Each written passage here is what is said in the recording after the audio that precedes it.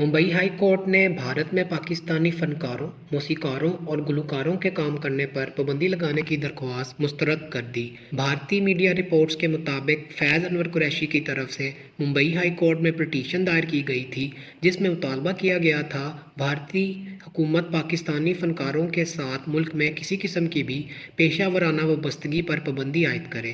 ताहम भारतीय high court के जस्टिस सुनील शिकरे और जस्टिस फिरदौस पोनीवाला पर मुश्तमिल डिवीजन बेंच ने दरख्वास्त को वाज़ेह तौर पर मुस्तरद कर दिया। अदालत ने कहा, हुब्बुल वतनी मुल्क के लिए है, इसका मतलब दूसरों से दुश्मनी नहीं।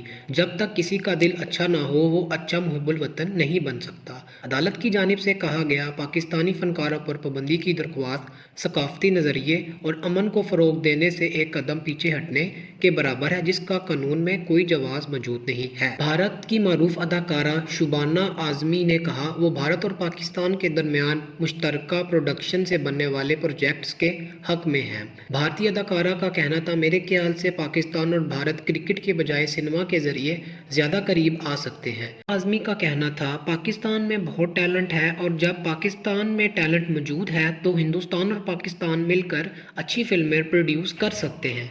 इसके अलावा उन्होंने अपने साथ हॉलीवुड में काम करने वाली पाकिस्तानी अदाकारा सजल अली की तारीफ की और कहा, फिल्म में सजल अली ने बहुत अच्छा काम किया है।